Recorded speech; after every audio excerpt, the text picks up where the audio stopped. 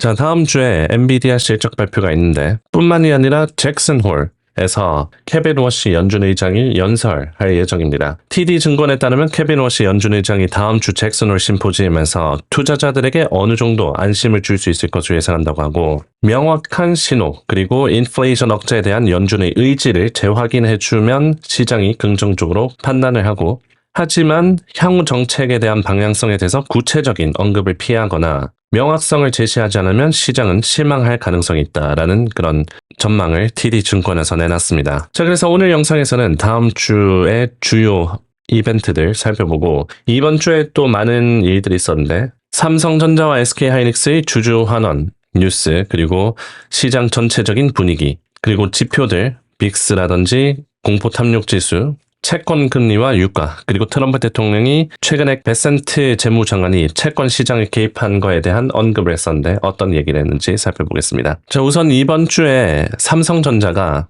110조 원을 투자자들에게 환원할 계획을 밝혔었죠. 올해 주주 환원을 최대 110조 원 발표하면서 자사주 매입의 규모는 15조 원, 임직원 보상 목적으로 사용할 예정이고 3분기 현금 배당으로는 30조 원 지급할 계획이라고 밝혔습니다.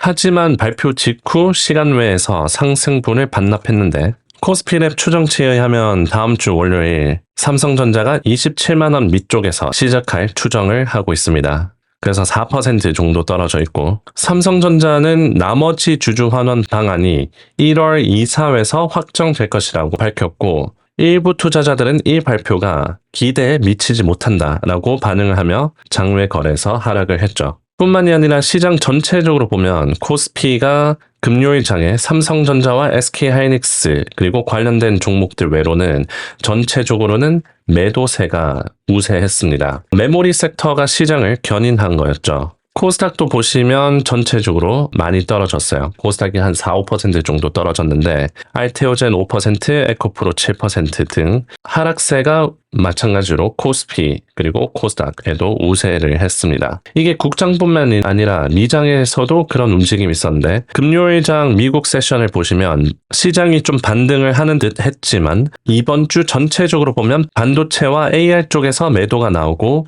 BAR 쪽으로 순환이 되었어요. 그래서 수요일 AI에서 BAI로 순환되고 목요일 또 그렇게 되고 금요일은 좀 반등을 하는 듯 했지만 이번 주 내내 떨어졌던 거를 회복하지는 못했습니다. 보시면 마이크론은 마이너스 0.5% 안밖에 안 빠졌고 샌디스크도 2.7%밖에 빠지지 않았어요. 아무래도 주주 환원 덕분에 SK하이닉스와 삼성전자 둘 다 주주 환원을 발표하면서 마치 샌디스크가 주주 환원을 잉여 현금 흐름 100% 하겠다라고 얘기했을 때 메모리 섹터들이 전체적으로 상승했는 것처럼 이번 삼성전자 SK하이닉스도 이 메모리 시장이 오르면서 어느 정도 이 속스랑 나스닥을 견인했습니다. 하지만 나머지가 너무 빠지는 바람에 나스닥이 좀 약세인 상황인데 좀 이따가 또 차트 보면서 설명을 해드릴게요. 그래서 이번 주는 이렇게 요약해 볼 수 있을 것 같습니다. AR 쪽에서 BAR 쪽으로 순환되는 장이었다. 그리고 다음 주는 엔비디아 실적 발표가 그 흐름을 바꿀지 지켜볼 수 있을 것 같습니다. 이번에 시장이 전체적으로 약했던 이유가 바로 베센트 재무부 장관이랑 연관이 있습니다. 재무부에서 채권 바이백을 2배 늘린다라고 얘기를 하고 금리가 좀 떨어졌었죠. 하지만 하루 만에 반등을 했습니다. 그 다음날 베센트 재무장관이 나와서 인터뷰를 2번 정도 했었는데 목요일 장에 유가가 4% 뛰는 상황이 있었어요. 굉장히 뜬금없이 좀 올랐었는데 베센트가 이렇게 얘기합니다. 유가가 오늘 급등했는데 이해를 못하겠다. I don't really understand. 이해가 잘 안 간다라고 얘기를 하면서 이 채권 금리가 반등하는 거를 유가 탓을 좀 하는 듯 보이면서 이렇게 긴장한 역색도 보였었죠. 그래서 재무부가 채권 개입을 하면서 금리가 떨어졌는데 하루 만에 반등하면서 이게 무슨 일인가 시장이 좀 불안해하기 시작했어요. 30년물 금리를 보면요. 5.3% 거의 역대급으로 올라갔다가 07년 금융위기 이후로 가장 높은 수치까지 올라갔을 때 재무부에서 대응을 했습니다. 채권 바이백을 늘리겠다라고 얘기하고 이렇게 눌렸어요. 그런데 하루 만에 그대로 반등을 해버린 겁니다. 실제로 유가가 오르긴 했었는데 트럼프 대통령 이란과 대화를 현재 하고 있지 않다라고 얘기를 했었죠. 그래서 유가가 75달러에서 87달러까지 올랐고 또 브렌트가 100달러까지 오를 뻔했습니다. 그러면서 금 가격이 또 크게 상승했어요. 4,000달러에서 4,600까지 올라갔고 비트코인도 상당히 올라갔었죠. 이번에 증시가 전체적으로 빠졌던 게 비트코인 쪽으로 수급이 빠진 거 아니냐라는 얘기도 있습니다. 비트코인이 시가총액이 한때 전체적으로 암호화폐 섹터가 4조 달러 정도 됐기 때문에 어느 정도 일리 있어 보이고 비트코인이 이제 1억 원을 돌파했습니다. 18%나 일주일 만에 상승하면서 수급을 어느 정도 빨아들인 게 아닌가라는 그런 생각도 들고요. 그래서 이제 비트코인 또 변수로 이제 지켜봐야 될 것 같습니다. 여태까지 비트코인이 횡보를 하면서 별로 시장에 영향을 안 줬었는데 이제 좀 시장을 주고 있기 때문에 조금씩 지켜봐야 되고요. 그러면서 금요일에 트럼프 대통령이 인터뷰를 이렇게 합니다. 베센트 재무장관이 채권 시장 개입하는 걸 트럼프 대통령에게 미리 알리거나 의견을 물어보고 했다라는 식으로 얘기를 했고 베센트가 채권 시장을 개입하길 원했다라고 합니다. 그래서 어느 정도 단독적으로 베센트 재무장관이 결정을 한 거다라고 얘기를 하면서 책임을 베센트한테 위임하는 발언을 했고요. 그래서 요약하자면 이번 주 메모리 섹터들이 시장을 어느 정도 견인했습니다. SK하이닉스와 삼성전자가 SK하이닉스가 특히 주주 환원을 발표하면서 분위기를 좋게 만들었는데 삼성전자가 끝에 자세한 명확성은 제시하지 못하면서 주가가 좀 떨어졌고 시장 거시경제로 봤을 때는 금리가 높고 유가가 높고 베센트 재무장관이 채권 시장에 개입을 하면서 금리를 낮췄지만 하루 만에 반등하면서 시장이 불안하고 있는 그런 환경입니다. 그래서 코스닥도 이렇게 떨어지고 코스피도 전체적으로 봤을 때는 삼성전자랑 SK하이닉스 제외하면 떨어지고 S&P도 일주일로 봤을 때는 AI에서 BAR 쪽으로 넘어간 거죠. 금리가 높기 때문에 이 AR 쪽으로 투자가 많이 되지 않을 거라는 그런 우려감 때문에 BAR 혹은 경기방어주 쪽으로 순환이 된 겁니다. 자, 이제 전망에 대해서 얘기해 보겠습니다. 시장이 상방으로 계속 유지를 하고 있지만 단기적인 조정이 만약에 온다면 어떤 경우에서 올지 설명을 해드릴게요. 설명을 해드리기 전에 고정 댓글을 확인하시면 이번 주 코스피, SK하이닉스, 삼성전자 추세랑 미국 메모리 섹터들 그리고 테슬라 등 펠란티어 추세를 설명해드리고 있습니다. 설명해드리는 어제의 2부 영상 시청하실 수 있고 그리고 시장이 흔들릴 때마다 알림을 드리고 있어요. 예를 들어서 반도체가 이틀 전에 밀리고 있었습니다. 금리가 높아서 베센트 재무장관이 개입하기 전까지 밀리고 있었는데 샌디스크랑 마이크론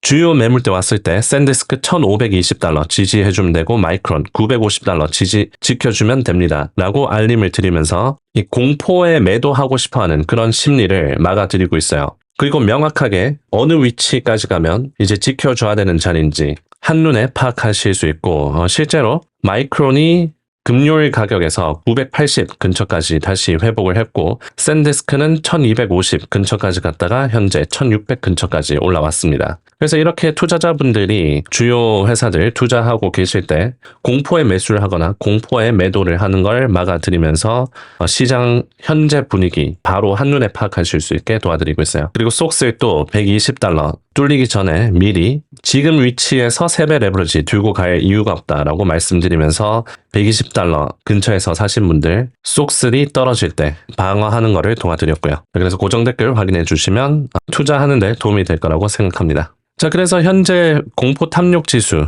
55입니다. 중립인 구간인데 그래서 지금 시장이 오를지 떨어질지 좀 알기가 더 어려운 것 같아요. 현재 나스닥 추세를 보시면요. 약간 약세에 있습니다. 7월 달에 저점을 찍고 2주간 급등했었는데 신고가를 돌파하기 직전에 약간 눌리고 있어요. 그래서 지금 하방 추세 안으로 들어가기 직전인데 그렇게 되면 680까지 떨어질 수 있는 위치입니다. 그러면 한 6% 정도 떨어질 수 있고 그래서 이 나스닥이 705달러를 지켜주는 게 굉장히 핵심이에요. 아마 다음 주 엔비디아 실적 발표 때 어느 정도 추세가 더 명확하게 나오지 않을까 싶습니다.